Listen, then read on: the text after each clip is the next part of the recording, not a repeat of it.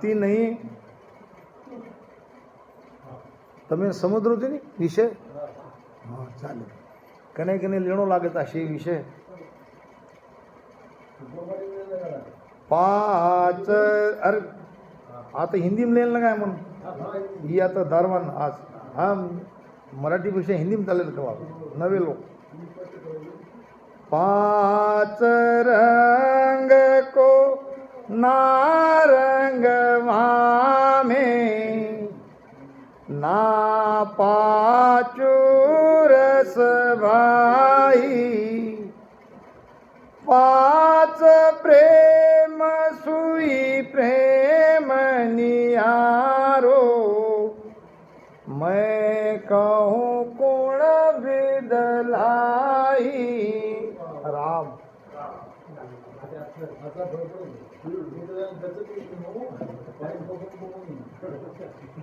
पांच रंग को नारंग मामे। अब ये कुदरत कला या नियंचर या सत्सबत ये पांच रंग से न्यारा है। पांच रंग कौन से हैं? मूल में संसार में पांच ही रंग है। अब ये जो अनेक रंग दिखते हैं ये सब मिला के बनाए हुए। कौन से रंग है किसी को पता हो तो बताओ। पांच ही रंग मेन है और वो पांच तत्व के हैं। पांच तत्व के ही पांच रंग हैं। अब पहला तत्व लो पृथ्वी। पृथ्वी तत्व का रंग है पीला। पृथ्वी तत्व का रंग मान लो भजन में किसको पीला पीला दिखता है तो अभी वो पृथ्वी तत्व में है। भजन के अंदर उसको पीले कपड़े भी पहने हुए कोई दिखता है तो पृथ्वी तत्व का रंग उसको दिख रहा है। फिर आता है जल। जल तत्व का रंग है सफेद। और अग्नि। अग्नि का तत्व रंग है लाल। फिर आता है वायु। वायु तत्व का रंग है हरा। और आकाश तत्व का रंग है काला। काला काला नीला हम बोलते हैं मगर वो रंग है काला। हम समझने को हमको नीला नीला दिखता है ना। अब ये कवियों ने कर दिया नीला आकाश है तो वो काला नीले जैसा दिखता है। तो ये है पांच रंग। अब हम रोज आरती गाते हैं। कौन सी आरती गाते हैं? ऐसी आरती निस दिन करिए राम सिमर भव सागर तरिए तन देवल बिच आत्म देवा। किसकी आरती करनी है? आत्मा की, आत्म देव की। तन देवल बिच आत्म पूजा देव निरंजन स्वामी और न दूजा। धूप ध्यान क्या है? हाँ धूप ध्यान लागे दिन राती दीपक ज्ञान ईद की बाती है कि पांच कर बाती है? पांच कर बाती है। पांच बाती हो ना उसको घट के अंदर के भगवान को रिझाने के लिए उसको प्राप्ति करने के लिए पांच बाती होना। ये पांच बाती है पांच रंग की। यानी ये सारे रंग से जब हम अलग हो जाएंगे तब वो दिव्य अनुभूति दिव्य प्रकाश हमारे घट में दिखाई देगा। ज्ञान रूपी दीपक और पांच बाती यही पांच बाती है। यहाँ त्रिकुटी में जब ध्यान आता है तब सारे तत्व के रंग हमें दिखाई देते हैं। अब जब तक कोई रंग देख रहे हैं तब तक ये मत समझना कि हम उस देश में पहुंच गए। हाँ बीच रास्ते में जरूर है। बीच रास्ते में हम आ गए। हम कुछ न कुछ देखने लायक इतना हमारा ध्यान परिपक्व हो गया इतना कह सकते हैं। अब ये सुरती देखती है। आगे आगे जैसे ध्यान बढ़ेगा वैसे वैसे ये सब दिखना बंद हो जाएगा। मिटत मिटत सुखराम कहे सबे चैन मिट जाए। पहले दिखना चाहिए फिर मिटना चाहिए। अब मिटना ही चाहिए करके अभी मिटा लिए नहीं जमेगा। जाना तो उसी रास्ते से पड़ेगा। 5 रंग को ना रंग वामे, 5 रंग समझ गए, यानी वहां इस तत्व के कोई भी रंग नहीं है। वहां तो अनंत सूर्य का प्रकाश है।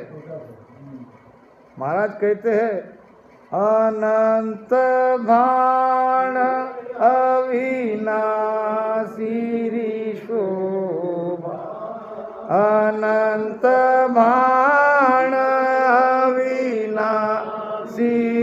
शोभा, सुरत नीरत सैया चाली है जो, सुरत नीरत सैया चाली है जो, अड़ा पिंगला सुख मन नारी, अड़ा पिंगला सुख मन नारी, हाय वारो रूप जय वारो रूप निहार तहारी,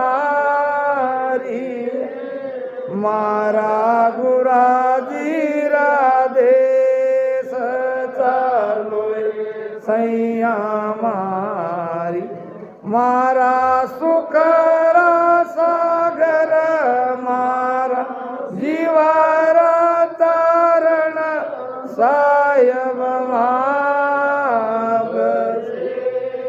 मारा गुराजी राधेश चालो। अविनाशी परमात्मा की शोभा क्या है? अनंत भान। केवल शब्द सुनाई देता है 10वें द्वार में, 10वें द्वार के बाहर इतना कहने से काम नहीं चल रहा है। कोटक भाण हुआ उजियाला, दिल ही में साहेब दीदारा। करोड़ों सूर्य का प्रकाश भीतर में जब दिखाई देगा, अब देखोगे कैसे? न तो वहां सूरज जा रही है, न मन जा रही है, न यहाँ की चीज कोई वहां जा रही है, फिर देखोगे कैसे? दिखाई तो देता है, संतों ने कहा है, तो उसको देखना पड़ेगा आत्मा के प्रकाश से। वो आत्मा के प्रकाश से ही आत्मा का प्रकाश दिखाई देता है। जैसे कि हम सूरज झिला मिल सूरज देखे, चंद झिला मिल चंदा, ब्रह्म झिला मिल ब्रह्म इधर से, सो साहेब का बंदा। साहेब का बंदा वही है जो ब्रह्म की आंख से ब्रह्म को देखता है। ये सूरत रूपी नेत्र वहां नहीं जा रहे, इसीलिए सूरत से आनंद पद जो पहुंच गए ये दावा करते हैं वो झूठे हैं। मैं तो कहता हूं मुझे आके फोन करो, अगर किसी के पास इस बात का प्रमाण है वाणी में बता दो कहां लिखा है महाराज ने। हाँ, शब्द ध्वनि तो सुनाई देती है, मगर ध्वनि के साथ साथ आनंद भी आता है, वो दिव्य प्रकाश की अनुभूति भी होती है। आज हमको नहीं होगी तो होने वाली है। अगर उस रास्ते से हम जा रहे हैं तो आगे हमको ये सब चैन दिखने वाला है। अनंत भान अविनाशी शोभा। कितना भान? अनंत। जैसे बाहर उजाला है वैसे अनंत सूर्य का प्रकाश घट में दिखाई देता है। वही तो परमात्मा की शोभा है। तभी तो कह सकते हैं कि हमने हमारी आत्मा को पहचाना, हमने हमारे भीतर के आत्मा के वहां तक हमारी पहुंच हो गई। अब सूरत निरत सैया चाली है जोबा। जोबा क्या? सामने सन्मुख उनके जा रही है। जैसे हम किसी की आगवानी करते हैं, संतों को लाते हैं तो सामने नहीं जाते, तो इसी प्रकार ये सुरती नृत्य जाके उस दिव्य प्रकाश में मिल जाती है। बस वहां तक का उसका काम है, वो वहां जाके मिल गई। अड़ा पिंगला सुकमण नारी, ये तीनों नाड़ी आई, अड़ा पिंगला सुकमणा।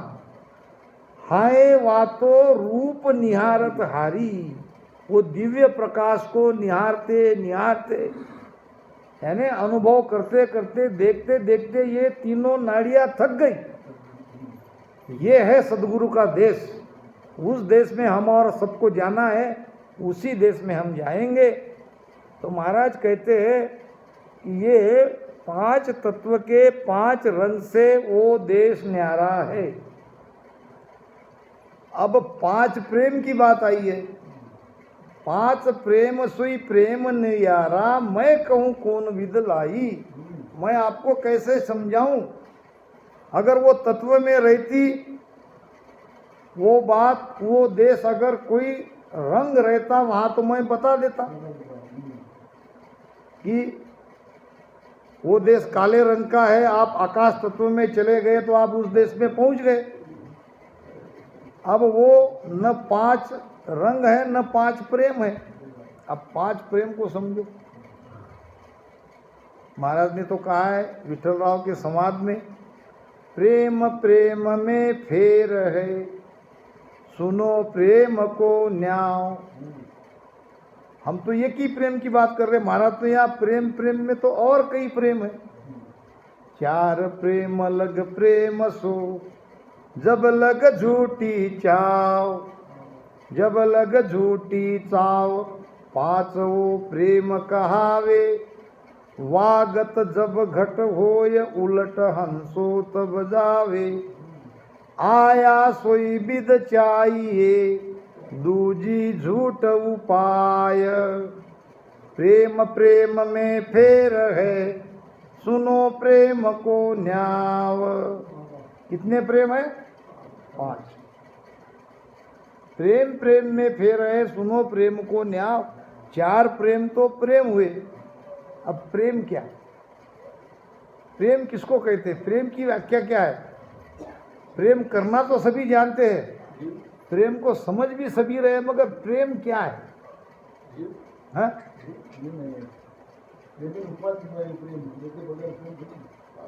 वास्तविक प्रेम का अर्थ है स्त्री पुरुष में जो प्रेम होता है वही प्रेम है, उसको ही प्रेम कहते हैं। बस वही प्रेम है, उसी को प्रेम करते हैं। हाँ, प्रेम से ही तो दुनिया है। पति पत्नी में प्रेम है, इसीलिए तो दुनिया बसी है। वो प्रेम। हाँ पहला प्रेम पति पत्नी, हाँ बिल्कुल बरोबर। दूसरा प्रेम बच्चे का, हाँ तीसरा भाई का, भाई का। जैसे कुटुंब, ये तो संसार का प्रेम हो गया।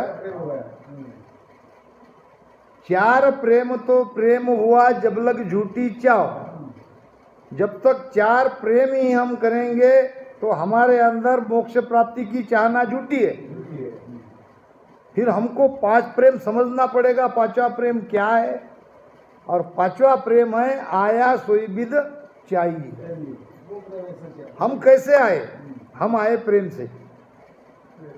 किसने प्रेम किया? तो हमारी माता पिता ने प्रेम किया।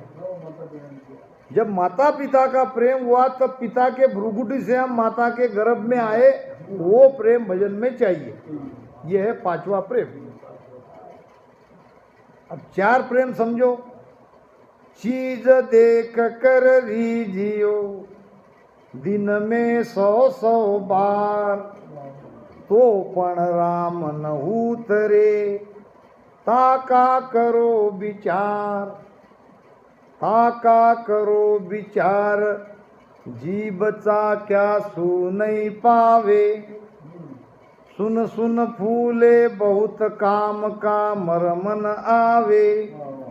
बासा सू नहीं उतरे, नहीं गर्भ में प्यार।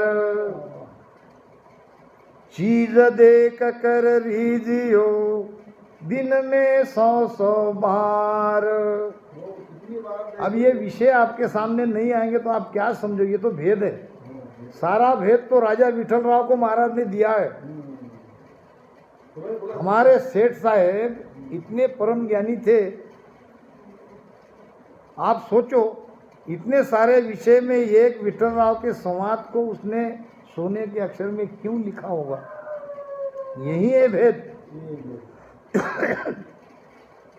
चीज किसको कहते हैं? हम और आप सभी सालों से सत्संग सुनते आ रहे हैं। महाराज कहते हैं कि चीज देख कर रीजियो दिन में 100 बार। चीज को देखकर दिन में 100 बार रीजो। चीज क्या है कह सकते हैं? आप 2-3 सामने वाले कह सकते हो तो कहो। सामने वाली एक वस्तु है तो वही एक चीज अच्छा क्या है चीज? अब खोलना है ना उसको। अब उसको खुल के नहीं बता सकते। है, हाँ बताओ ना, इशारे में बताओ, कोई बात नहीं। ऐसा कह दिया, बताया क्या मैंने कुछ, मगर आप समझ गए ना? और समझ गए। क्या समझे? हाँ 100 बार देखे तो भी नहीं नहीं, ऐसा मैंने किया तो आप क्या समझे? कि मुझे पानी चाहिए। समझ गए ना? आप बताना पड़ा क्या मुझे? इशारे में बताओ। चीज कहते हैं स्त्री पुरुष के लिंग को। मैं खुला कर रहा हूँ, मेरी बहन बेटियां है, सब सत्संग है, मगर ये जब तक नहीं कहेंगे आपके समझ में ये विषय नहीं आएगा। क्या जरूरत पड़ी महाराज को ऐसे गहरे विषय को इस विषयों के साथ में जोड़ के बताने की? दूसरा कोई उदाहरण बैठता नहीं। अब उस चीज को दिन में 100 बार देखो, भ्रुगुटी से बिंद नहीं उतरेगा। राम न उतरेगा मतलब क्या है? इधर में भी देखो, इधर में भी देखो, नहीं उतरेगा। अब यहाँ पे सत्संग में आके हम बैठते रहे, सुनते रहे, देखते रहे, तो इससे काम नहीं होगा। आपको पूरी तरह से उस विधि में जाना पड़ेगा, उस भेद में जाना पड़ेगा। अब चीज समझ गए, चीज देख कर रीजियो। रीजियो यानी खुशी हो गए। कितनी बार हुए? दिन में 100 बार। तो पण रामन उतरियो ताका करो विचार। विचार क्या करना है? किस प्रेम से भ्रुकुटी से बिंद माता के गर्भ में जा रहा है। अब यहां भी एक श्वास स्त्री है तो एक श्वास पुरुष है। अब यहां भी ईड़ा स्त्री है तो पिंगला पुरुष है। अब अंदर को खोजो। आप राम रामी 20 नाम करते रहोगे तो अब होगा ज्ञान अपना। ये तो समझ गए। अब इससे आगे देखना पड़ेगा, सोचना पड़ेगा, वाणी में क्या लिखा है ये समझना पड़ेगा। शेठ साहब ने इसका अर्थ यही किया। मैंने जब देखा कि भाई मैं ये समझ रहा हूँ, शेठ साहब क्या कहते वो तो देखे। चीज देख कर रीजियो दिन में 100 बार, तो पन रामन उतरियो ताका करो विचार। ताका करो विचार, जीभ चाक्या सु नहीं पावे। जीभ से चखने के बाद भी विषय सुख का आनंद नहीं आता। प्राणियों में ये बात होती है। प्रेम की बात हो रही है। किस प्रेम से बच्चा गर्भ में ठहरता है, वहां बच्चा ठहरता है, यहाँ नियंचर ठहरता है। वहां अब नियंचर बच्चा तो सबके पेट में आएगा। ये बच्चा रूपी नियंचर सबके पेट में आएगा। सबकी आत्मा अगर ऋतुवंती है तो आएगा, आत्मा ऋतुवंती है तो नहीं आएगा। हमारी माता बहनों में गर्भ धारणा कब होती है? जब ऋतुवंती होती है। अब ऋतुवंती होने के बाद भी पुरुष में पौरुषत्व होना, अगर पुरुष में पुरुषत्व नहीं है तो भी ऋतुवंती माता के गर्भ में बच्चा नहीं ठहरेगा। ये बाह्य का प्रमाण। यहाँ हमारी आत्मा ऋतुवंती होना और सदगुरु के अंदर सत होना। सदगुरु के अंदर सत नहीं है तो हमारे अंदर नियंत्रण नहीं जगेगा। अब यहाँ सदगुरु पति है और हम शिष्य पत्नी, ऐसा मान के चलो। यहाँ भी तो बच्चा धारण करना है, बच्चा गर्भ में आना है, नियंत्रण जगना है ना। तो यहाँ अगर सदगुरु में पावर नहीं है, नहीं जगेगा। सदगुरु पावरफुल है, शिष्य की आत्मा ऋतुवंती नहीं है। शिष्य जाना ही नहीं चाहता है अमरलोक में। बस मैं आ गया, व्यसन मुक्त हो गया, मेरा घर अच्छा चल रहा है, उसमें मुझे सब मिल गया, ऐसा भाव है तो उसकी आत्मा ऋतुवंती नहीं है। उसके अंदर वो पीढ़ी ही नहीं है। सबसे बढ़िया काम तो वो करना चाहिए था कि आपके अंदर प्रेम कैसे जगे, इस पर ही प्रवचन होना चाहिए। हमारे आत्मा के अंदर वो भाव कैसा बने, इसी के ऊपर पहला ज्ञान चाहिए। हम ज़्यादा से ज़्यादा नाम पे, भजन पे ज़्यादा प्रवचन सुनना, उपदेश, चेतावनी, यही सब सुनते आ रहे हैं, मगर आत्मा के अंदर पीड़ कैसे आती है, आत्मा कैसे रुतवंती बने, हमारे अंदर भजन करने का भाव कैसे बढ़े, ये जरूरी था और वही होना चाहिए। जी बचा क्या सू नहीं आवे, सुन सुन फूले बहुत। सुन सुन के महिमा कितनी भी सुनी और फूले यानी आनंद में हो गए, खुशी हो गए, फिर भी भ्रुगुटी से बिंद नहीं उतरेगा। बासासु नहीं उतरे नहीं गर्भ में प्यार। गर्भ में प्यार का मतलब गर्भ में बच्चा, और यहाँ पेट में नियंचर। फिर कैसे उतरेगा? तो महाराज कहते हैं, पांच वो प्रेम कहावे, वागत जब घट होए, उलट हंसो तब जावे। पांचवा प्रेम, मिलन का प्रेम। दोनों श्वास में अगर आप बार बार वहाँ घर्षण कर रहे हो, रगड़ कर रहे हो सुरती और मन को, मन कैसे लगाना है मैं आपको बहुत अच्छे प्रमाण देके बताता हूँ। जिसका मन नहीं लगा है वो ध्यान से सुनो। अभी तक नियंचर नहीं जगा है तो मन और सुरती आपकी श्वासा में नहीं है, ये प्रमाण हो गया। फिर अब मन और श्वासा में सुरती नहीं है तो कैसे लगाना है? मन भजन में ऐसे लगाना है, मान लो मैंने 500 का बंडल आपको गिनने लेके दे दिया, तो ऐसे ही गिनते हो क्या? इधर उधर देखते हो, कितने चाव से, कितने प्रेम से गिनते हो। एक एक नोट, दो तो नहीं आ गई, कम तो नहीं गई, देखते ना। तो उस समय गिनने के समय आपका मन इधर उधर कहीं जाता है क्या?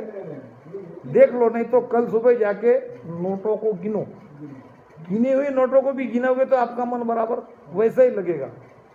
जब आप नोट गिनते हैं 100 तक, तब तक मन को एक क्षण भी इधर उधर भागने नहीं देते। एक नोट अगर कम हो गई तो हमारा 500 का नुकसान तय है। नोट गिनने के समय में हम इतने मन से नोट को गिनते हैं, भजन में उससे भी ज्यादा आपको मन को लगाना पड़ेगा। मन का क्या है? बस लगा तो लगा, नहीं लगा तो नहीं, कर तो रहे हैं भजन, रामकृष्ण तो बन गए, संगत को रोज तक कर रहे, आप मोक्ष में ही जाएंगे। नहीं जाओगे, नियंचर नहीं जगा तो नहीं जाओगे, दोबारा मनुष्य जन्म भी नहीं मिलेगा। इतना खुला ज्ञान कोई कहता नहीं। महाराज कह रहे, जागे नाव तन थर हरियो, जद तद केवल पासी। नाम जगने के बाद शरीर हिलेगा तो केवल पद में जाओगे। लाखा गुना खून पड़ जाए तो ही मिनका दे आसी। नाम जगने पर ही आपको दोबारा मनुष्य शरीर मिल सकता है। अब ये तो बेकार नहीं गया, मगर ये जन्म गया। ये जो हम भजन कर रहे हैं, अगले जन्म में इसका सुकृत बनेगा और सत्संग में जाना पड़ेगा, वहाँ भी नाम को जगाना ही पड़ेगा। इसलिए अभी जगाओ। अभी आप बड़भागी हो, इस धारा में आए हो, सदगुरु महाराज के शरण में हो, समय में से समय में निकाल के ये कुदरत कला को भीतर में जगाने का प्रयास करो। कैसी जगती है? बड़ा आसान फार्मूला मैं आपको बता रहा हूँ। आपको केवल मन और सुरती को लगाना है। एक पल के लिए मन को बाहर नहीं जाने देता है। और कैसे नहीं जगती मुझे आप पूछना। आपने जैसे कहा वैसे हमने किया, हमारे अंदर वो शब्द नहीं जगा है। मेरे अंदर कोई पराक्रम नहीं है, ये गुरु महाराज के सत्ता में है। गुरु महाराज की सत्ता चल रही है। केवल मैं इतना कह रहा हूं कि कैसे भजन करना है, वो भी गुरु महाराज के ज्ञान के आधार से। तो गफलत में मत रहो, भोलेपन में भक्ति मत करो। महाराज कहते हैं, ऐसी बस्त नहीं जुग माही, मैं नकला मांड बताऊं। सब नासत आसत नहीं आबी, किस विद जोड़े लाहूं। ये नियंचर के समान, कुदरत कला के समान जगत में दूसरी कोई वस्तु नहीं है। किसी भी और वस्तु को प्रमाण देकर कुदरत कला को नहीं समझाया जा सकता, क्योंकि वस्तु है नहीं। हम खेत को, मकान को, गांव को दूसरे गांव की उपमा देके समझा सकते हैं? समझा सकते कि नहीं? अगर किसी को खेत लेना है, अगर खेत पूछा तो कैसा है? अरे वो गुलाब बुआ की खेत जैसा है। प्रमाण तो आ गया ना। तुम्हारा जैसा खेत है वैसा वो खेत है। घर कैसा है तो अमुक अमुक घर के जैसा है, उसको क्या देखना पड़ता? प्रमाण देते हैं ना। गांव कैसा है, हर गांव को क्या देखना पड़ता? कोई इस गांव से बड़ा है, ऐसा गांव है, वैसा गांव है। सब वस्तु का प्रमाण देके समझाया जा सकता है, मगर कुदरत कला कैसी है ये प्रमाण नहीं बताया जा सकता है। क्या है नियंचर, ये तो केवल उसका इशारा बताया जाता है, जिसके अंदर में जगेगा तभी पता चलेगा। कुदरत कला क्या है? मैं नकला मांड बताऊं, उसकी नकल कहीं भी नहीं है, सब नासत। बाकी और सब वस्तु नाश होने वाली है, क्योंकि सब माया है। दिशेते नासे, जो देख रहे हैं, जो दिखाई दे रहा है, वो एक दिन मिटने वाला है। और ये शब्द अमर है, अजर है, ये मिटने वाला नहीं है। ये तो एक बार आपके अंदर जग गया तो वो तो छोड़ेगा नहीं आपको। आपने भक्ति छोड़नी भी चाहिए तो निरंतर आपको नहीं छोड़ेगा, वो तो ले जाएगा आपको केवल में ही। आप चाहे लाख उससे पीछा छुड़ाने की कोशिश करो। हाँ, भक्ति से पीछा छुड़ा लोगे, संगत में नहीं जाओगे, मगर निरंतर से पीछा छुड़ा नहीं सकते। वो तो जग गया तो छोड़ेगा नहीं। भगत जोग साधन सब तपस्या, सुर गुण निरगुण दोई, सब ही असत सत है नाही, कहाँ लग गिण कहूँ तोई। महाराज फरमाते हैं, भगत जोग साधन सब तपस्या, भक्ति योग साधना तप करना, सुरगुण निर्गुण दोई, सगुण भक्ति निर्गुण भक्ति दोनों भी भक्ति, सब ही असत, ये सब असत है। सगुण भक्ति क्या? साकार की पूजा करना। निर्गुण भक्ति क्या? सांस उसास में भक्ति करना, ये निर्गुण भक्ति है। अब सांस उसास में ही मरते दम तक भक्ति करते रहोगे, निरंतर नहीं जगेगा, तो वो तो असत ही है, नाश होने वाला है। सांस उसास में निर्गुण भक्ति करते करते अगर निरंतर प्रकट हो गया तो सत को पा लिया, और सत का नाश नहीं होता। नहीं तो आप कहेंगे महाराज ने तो कहा है, हमारे पटेल कहेंगे, तुम ही तो आते हमारे गांव में बोलते हो, तू तो निर्गुण पद सुमिल रे, तू तो पार ब्रह्म सुमिल रे, ज्ञानी मन नर। अब वहां तो महाराज कह रहे कि निर्गुण पद में मिलो, अब यहाँ कह रहे कि निर्गुण भक्ति नासत है। अब दोनों तो महाराज कह रहे हैं, निर्गुण पद में निर्गुण भक्ति में फर्क है। शब्द देखो क्या कह रहे हैं, यहाँ निर्गुण भक्ति कही जा रही है। निर्गुण भक्ति यानी श्वासा को चढ़ाना, उतारना, पीछन से ले जाना, सांस उसास में भक्ति करना, ये निर्गुण भक्ति है। और निर्गुण पद है गुण रहित पद, उस आत्मा में जाके मिलना जहाँ तीन गुण नहीं है, रज तमो सत्व। तो एक एक शब्द का बड़ा अंतर है। सब ही असत सत है नहीं, कहाँ लग गिण कहूँ तोई। समझ समझ सतगुरु संग कीजे, जा संग कुदरत जागे, और गुरु तज ज्ञान उपाया, जा संग धुन नहीं लागे। महाराज जी कह रहे ना, आपको ये जन्म 43,20,000 साल के बाद मिला। आपको ये दुर्लभ भक्ति भी मिल गई। आप रामसनी बन गए। दिन दिन सो सुखराम कहे राम स्नेही नाम, और फिर दिन सो सुखराम कहे वाह बस्ती वाह गांव। भिन्न हो महाराज, भिन्न कह रहे हैं कि आपको राम स्नेही कहते, आपका परिचय राम स्नेही कह के किया जाता है, तो भिन्न है। फिर सांसों सांस में राम राम ले लिया, और इसके बदले में हमारा नाम भी राम स्नेही बन गया। क्या मोक्ष में चले जाओगे? भिन्न तो आप हो जब आप समझ समझ कर सदगुरु को पहचान कर उसकी शरण में जाओगे। समझ समझ सदगुरु संग कीजे। आपके पास विवेक है, आपके पास बुद्धि है, आपको ज्ञान समझ में आता है, महाराज के वचन आपके हृदय में बैठ रहे। और ये सारी बातें गुरु महाराज कह रहे हैं कि भाई ये मौका आपको एक बार मिला है, तो आप अभी सदगुरु के ही शरण में जाओ। सदगुरु समझ गए, किसी गुरु के शरण में चले गए तो कुदरत कला नहीं जगी। सीधा कह रहे महाराज, जा संग कुदरत जागे। जिसके संग करने से, जिसके भेद से भजन करने से हमारे आपके अंदर कुदरत कला जगती है, तो उस गुरु के शरण में जाओ। और गुरु तत् ज्ञान उपाया, बाकी कितने भी ज्ञानी है, कितने भी ध्यानी है, हमारे अंदर अगर वो कला नहीं जगा सकता है तो उसको छोड़ दो।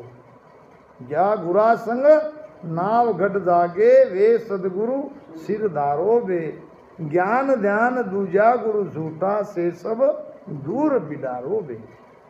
क्योंकि मतलब है कला से, नेचर नहीं जगा, वो कला नहीं जगी, तो गुरु बना के कोई फायदा नहीं हुआ।